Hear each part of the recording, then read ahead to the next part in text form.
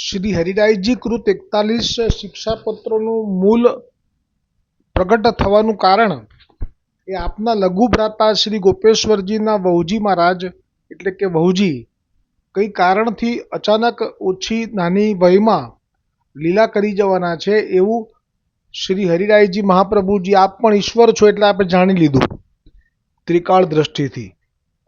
પછી શું સ્થિતિ થશે એ પણ આપને દેખાવા લાગી, કેમ કે આપના ઘરમાં જે વિઠ્ઠલનાથજીનું સ્વરૂપ છે તે પધરાવેલું છે આપના માથે. તે વખતે ગોપેશ્વરજી અને વહુજી એમના સેવા કરી રહ્યા હતા.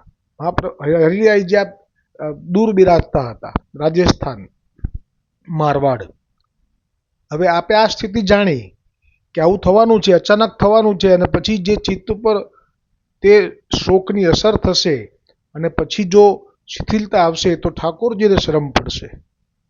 જે લૌકિક છે એને કારણે અલૌકિકમાં ઠાકોરજીને શ્રમ ન પડી જાય, તેથી આપે તે જ વખતથી પત્રો લખવાના શરૂ કરી દીધા.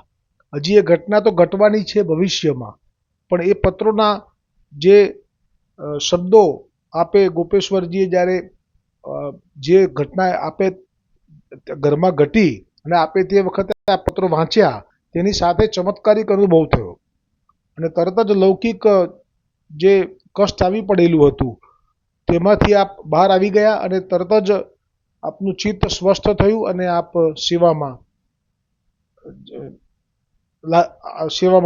નાયા આવી ગયા.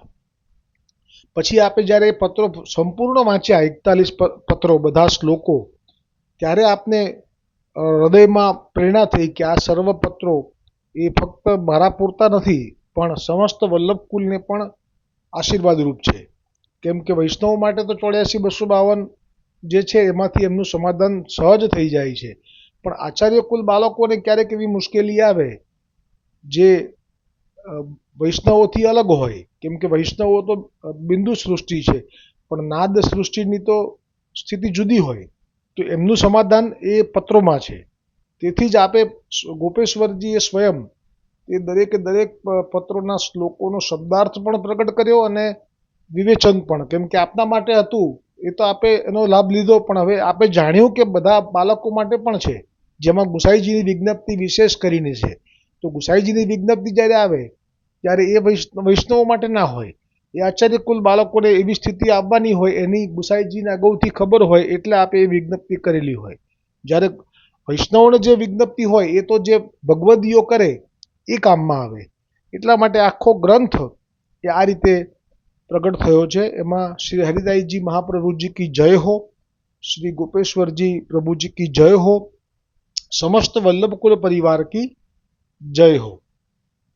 આજે શિક્ષાપત્ર 33મું શરૂ થયું, એમાં આજે પ્રથમ શ્લોક આવશે, જે મૂળ સંસ્કૃતમાં હરિરાયજી કહે છે, અસ્મિન માર્ગે પ્રભોરિચ્છા માત્રમ સર્વત્ર કારણમ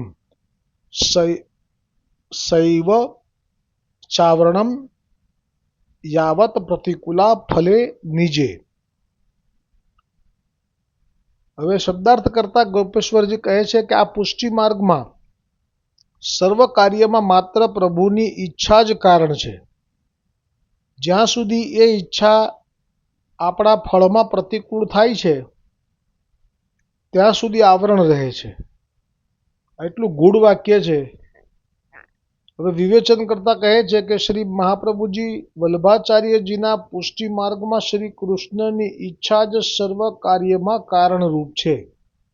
જ્યાં સુધી પ્રતિકૂળ રહે છે એટલે કે પોતાની ફળદાન કરવામાં વિલંબ કરવાની ઈચ્છા રહે છે ત્યાં સુધી આવરણ રહે જ છે, ફળ પ્રાપ્ત થઈ શકતું જ નથી.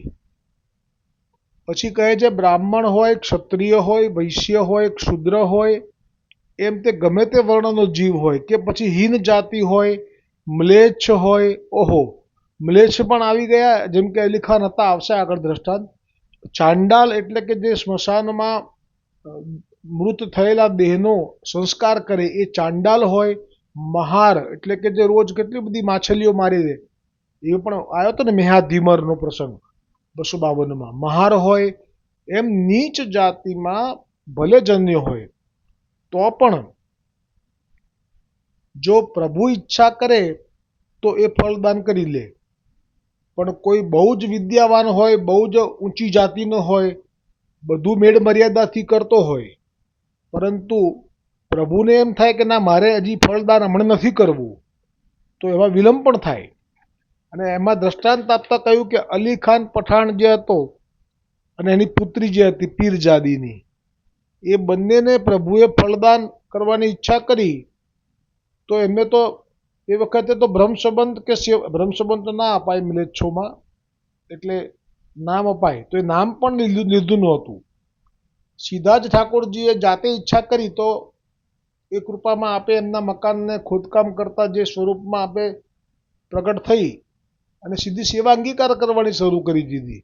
અને આપ એમાંથી પાછા પ્રગટ થવા લાગ્યા ભક્તોદ્ધારક સ્વરૂપે રસો વૈશ્ય, અને સીધી પીરજાદીની સાથે વાતો કરી અને એના હાથથી બનેલી સામગ્રી અંગીકાર કરવા લાગ્યા. હજી તો કાની કેવી રીતે આ પીર પણ નથી આવડતું, કારણ કે હજી તો એને ખબર જ નથી કશી.